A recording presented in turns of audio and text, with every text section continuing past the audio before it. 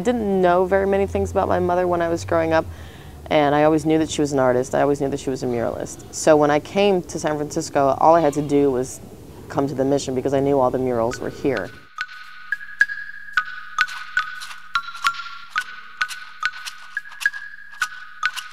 I decided that it was probably good that I try to find her and figure out what kind of a person she was, because I had this idea of who my mother was, and it affected me in so many ways, as my relationship with women, my relationship with men, and my relationship as who I was as a daughter to anybody. When I came to find her 8 years ago for the first time, a lot of her friends were really interested because they had known my brother and I when we were children, when we were toddlers. And that's kind of when they started giving me books and telling me about who she was, and I began to learn about her history as a muralist. This book, I've had this since I was a child, and it's just a compilation of California murals, as you can see, and this is her piece here. She was working with a group called Muralistas at that time, women muralists. It was kind of like a Latin movement of female artists. And this is my mother, which it's kind of funny because I feel like it does look a lot like me, and not a loner, but definitely not bunched up with the rest of the ladies. So there are 2 murals in here that are featured that she worked on with the same group, and this is one of them.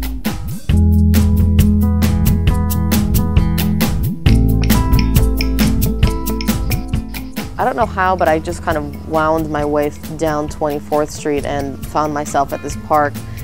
And I had the weirdest flashbacks. It was like deja vu. I remember always looking in this window before we went to the park, and I really, really wanted the pair of, I think it was like garnet earrings, and I must have been like 3, and it was so ridiculous. And I just would look at them, and then as soon as I passed the park, I remember this is where we used to come when we were children, and there was my mom's mural.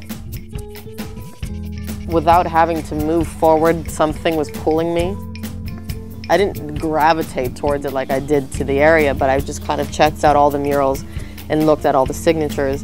And there was her name with 2 other muralists, and those were the 2 women that I ended up looking in the phone book. And they all have these very Latin names, so there was like 20 Patricia Rodriguez's and Irene Perez's in the phone book, and I called them all, and I finally got, I think it was Irene, and we met up for coffee the next day. And she basically said that she had been homeless since almost the time that my dad got custody of us. She'd been staying on and off at a shelter in Berkeley. We went into Berkeley the next day, and I saw her for the first time, and I had a quick interaction with her, but she didn't know who I was. And when I introduced myself, she kind of said, you know, I don't have any kids. That was a little bit heavy. My mother's art, I don't know, the only word I can think of is kind of like, it's really raw. It's really, it's unconventional. She has a lot of different stages. A lot of the earlier stuff I think is really, it's like very ethnic. And you have a lot of really bold lines. And then the colors are very separate. And then some of her work, you have the colors that are blending, which is just your more traditional way of painting. There's always somebody who's saying, hey, I have, you know, this photograph of a new mural. So I'm always learning more about her, because it hasn't been, it's not, the book hasn't finished yet for me with her, because I'm still finding out about her.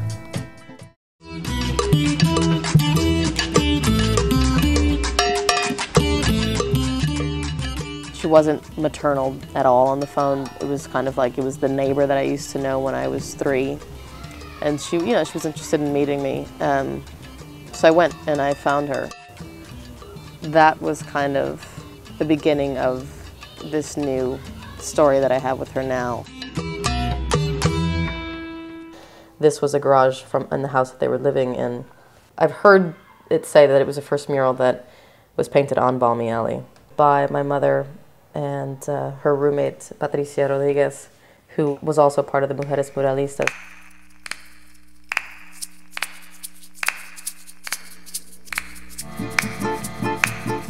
The mural that I'm painting on Balmy Alley is a mural that is geared to children, for children, and it's about water ecology.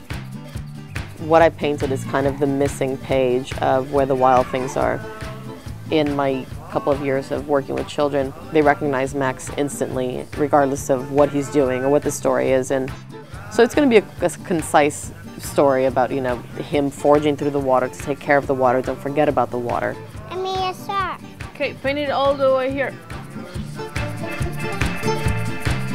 I am constantly aware of the connection of my mom having painted one of the first murals, and I'm painting one of the most recent current murals.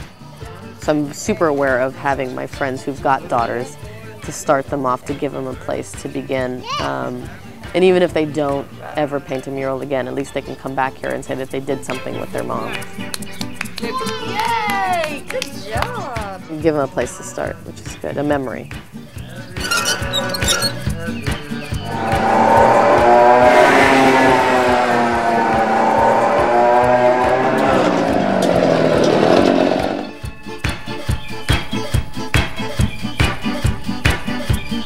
Great.